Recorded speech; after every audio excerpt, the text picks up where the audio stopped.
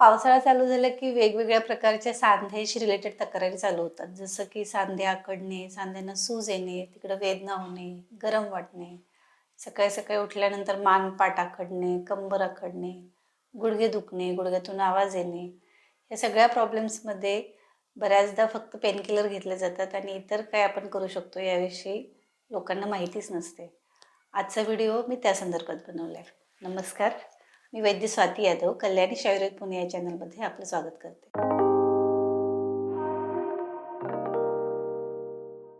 सांधेदुखीविषयी आयुर्वेदामध्ये फार चांगली ट्रीटमेंट दिली आहे.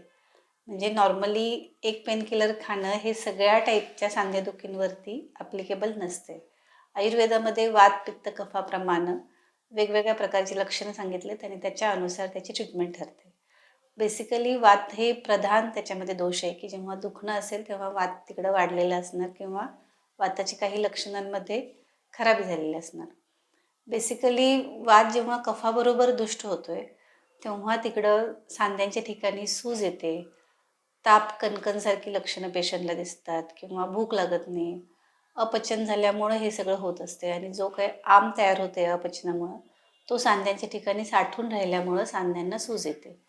बऱ्याचदा आमवातामध्ये अशी लक्षणं दिसतात. चिकनगुनियानंतर बरेच दिवस पेशंटला वारंवार ताप येत असतोय, सांधे दुखत असतात. असं 2-3 वर्षापर्यंत चालू असलेले पेशंट आयुर्वेदाकडं येतात. त्यामुळं बेसिकली वातप्रधान ही कंडिशन असते. वाताबरोबर जेव्हा पित्त दूषित होण्याची लक्षणं दिसतात तेव्हा स्थानिक वेदना जास्त असतात. अगदी सुई टोचल्याप्रमाणे, विंचू चावल्याप्रमाणे वेदना होतात.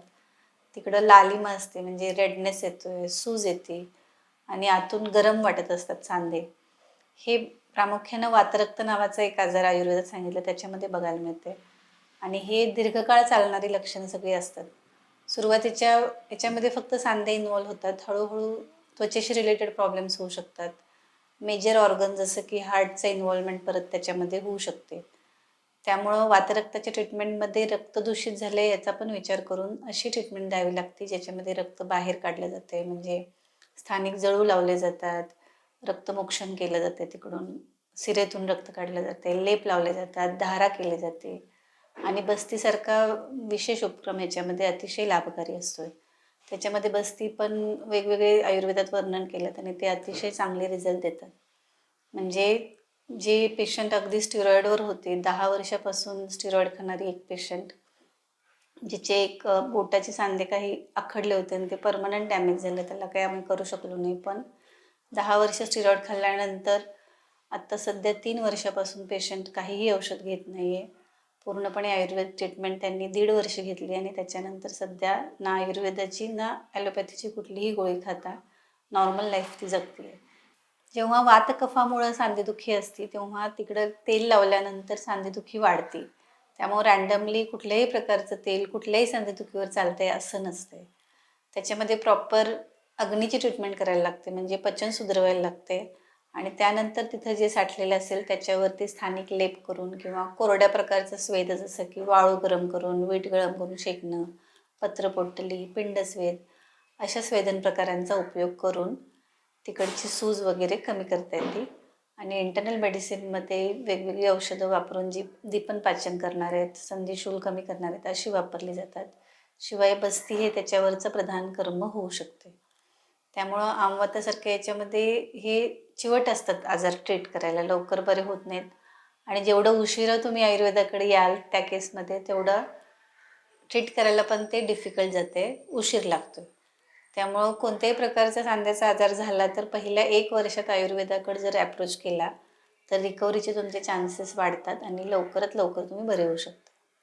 सांधेदुखीचा तिसरा प्रकार जो आहे त्याच्यामध्ये वात वाढल्यामुळं जास्त पेन्स होत असतात आणि याच्यामध्ये धातुक्षयजन्य वातप्रकोप सांगितलं आहे. म्हणजे कोणत्याही कारणाने ज्याच्यामध्ये तुमचं भरपूर दिवस उपवास झाला आहे, चांगलं खायला मिळालेलं नाही आहे किंवा आहारामध्ये स्निग्ध पदार्थांची कमतरता आहे, भरपूर चाललं, भरपूर व्यायाम केला आणि भरपूर दिवस उपाशी राहिलं, या सगळ्या कारणाने जेव्हा वातप्रकोप होतो आहे आणि त्याच्यासोबत क्षय होतो आहे, शरीराचं हानी होत असते, अशा वेळी जो होतो आहे तो धातुक्षयजन्य वातप्रकोप. याच्यामध्ये बऱ्याचदा सांध्यांच्या ठिकाणी कटकट आवाज येतो आहे किंवा सांधा सुकल्याप्रमाणे दिसत असतो आहे.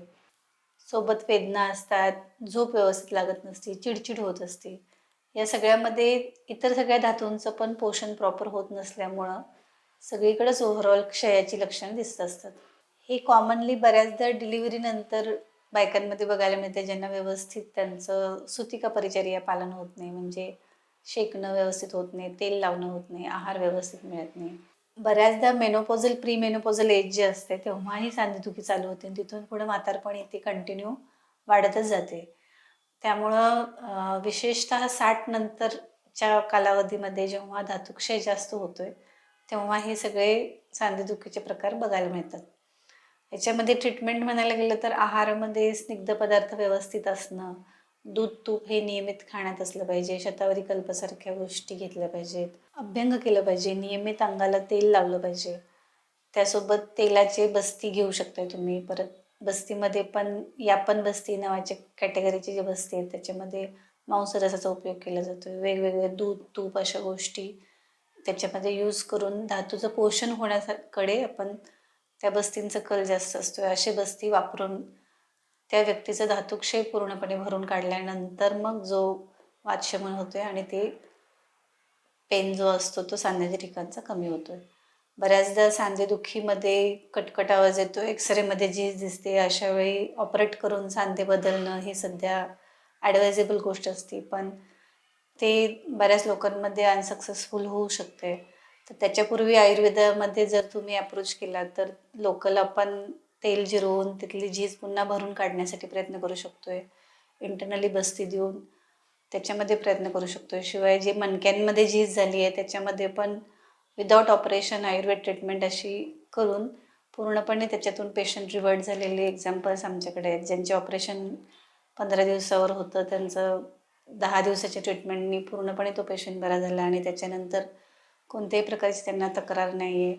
असे केसेस आहेत. त्यामुळं तुम्हाला कोणत्याही प्रकारचा सांध्यांचा आजार असेल, तुमचं वय कितीही असो, तुम्ही पहिले आयुर्वेदाला एक चान्स द्या. त्याच्यामध्ये आयुर्वेद वैद्याला भेटून त्यांना डिसाईड करू दे की तुम्हाला नेमकं कुठल्या कारणाने झालं आहे, त्याच्यामध्ये काय ट्रीटमेंट करू शकतो आहे. आणि आयुर्वेदामध्ये बेस्ट ट्रीटमेंट या गोष्टीसाठी अतिशय आहे. फक्त पेनकिलर खाऊन पुढं जाऊन एखादं मेजर ऑर्गन फेल्युअर जसं की किडनी फेल्युअर असं होऊ नये असं वाटत असेल तर जरूर आयुर्वेदाला भेटा. आयुर्वेदामध्ये भरपूर चांगले ऑप्शन्स आहेत ह्या गोष्टीसाठी. ही माहिती तुम्हाला आवडल्यास तुमच्या प्रियजनांना शेअर करा. तुमची काही शंका असेल तर कमेंट करा. आमच्या चॅनलला सबस्क्राईब करा. अशीच माहितीपूर्ण व्हिडिओ या नंतरही घेऊन येईपर्यंत धन्यवाद.